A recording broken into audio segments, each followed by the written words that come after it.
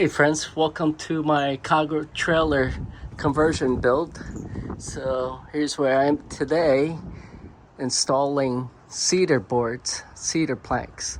So if you want to do the same, let me tell you a more cost-effective way.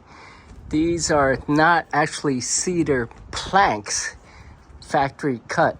What these are cedar pickets, 6-foot pickets, 5.5 inches wide. It's several times less expensive than the planks. The only difference pretty much is these are not sanded down smooth, whatever blades they're using, or if they're actually running through a sander. So if you want it nice and smooth sanded, then you would have to do that, and it wouldn't take too long taking an orbital sander. So I am using stainless steel screws because the climate I'm living, plus the travels, the worst thing that could happen is corrosion, on a finished surface. Then all of a sudden you get the rust stain happening just like this.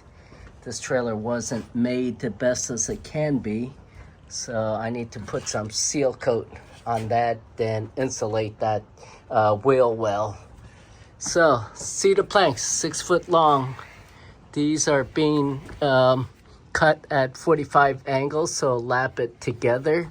I'll take a sander, probably, maybe not, maybe leave it a little rustic, but some seams are very fine, smooth, some jumps out. It's the nature of the boards. It's not perfect, and we're not paying for perfect boards or near perfect.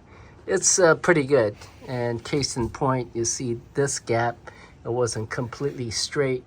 If you wanted to get it completely straight, I guess one would have to have a edger jointer to make sure it's perfectly flat, 90 degrees with the perpendicular edge.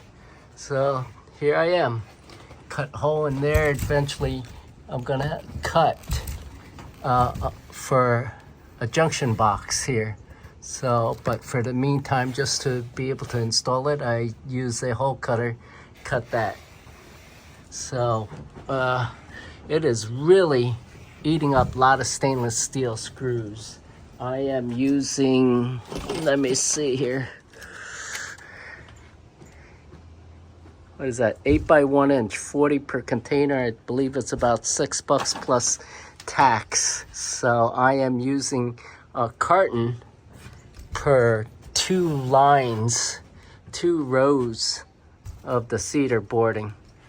It is chewing it up, and I grabbed I think about 12 boxes, and that was it on the shelf. So I need to get some more. It's gonna eat it through, and it's gonna add to the overall budget bill. Not that I got a budget per se, but like everyone else, I'm trying to watch my dollars and cents. Oh, good. Let me show you some of the tools that you'll need. Boom. Tape measure, of course, right? I have multiple tape measure. I got one inside to do measuring. When I come towards the end, I need to make sure nothing has changed. I'm not going to take it for granted. Got my drill, DeWalt drill with a hole saw. I believe that's a 1-incher right there. Got my battery operated DeWalt compound biter saw for cutting the 45s, cutting the 90s. And I got these horses here, plastic, Stanley, I think it's Stanley horses, along with a DeWalt battery operated 20-volt router with a oval or rounded edge, because I am trying to give it a lap joint type of look, sort of different type of lap joint. I just didn't want it to be square. Give it a nice smooth edge, soften it up. If you have perfectly 90, I think that's rough. We want to give it a little soft look to it. Screwing, I don't just randomly screw. That came out funny.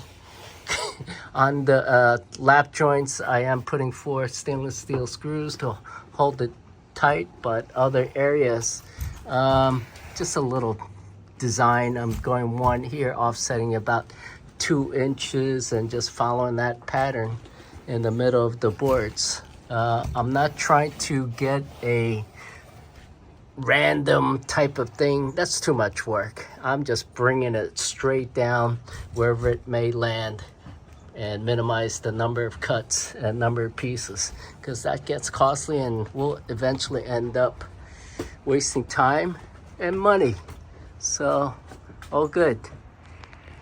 Thanks for watching this video. I hope you get to do a project like this. The biggest thing was preparing the walls, insulating it.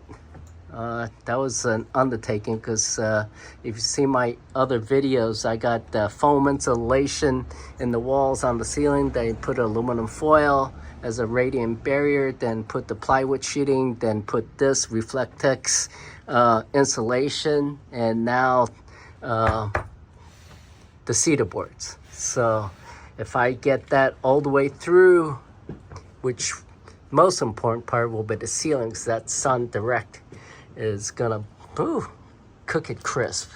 Then I'll get underneath the trailer, first spray some anti-rust, probably use some sort of seal coat, then I'll insulate the bottom using probably like that type of insulation. I may even put this Reflectex, but I don't know how well it'll stand up to the weathering outside.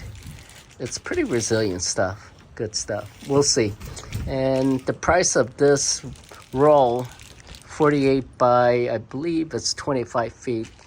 I don't know. I forgot.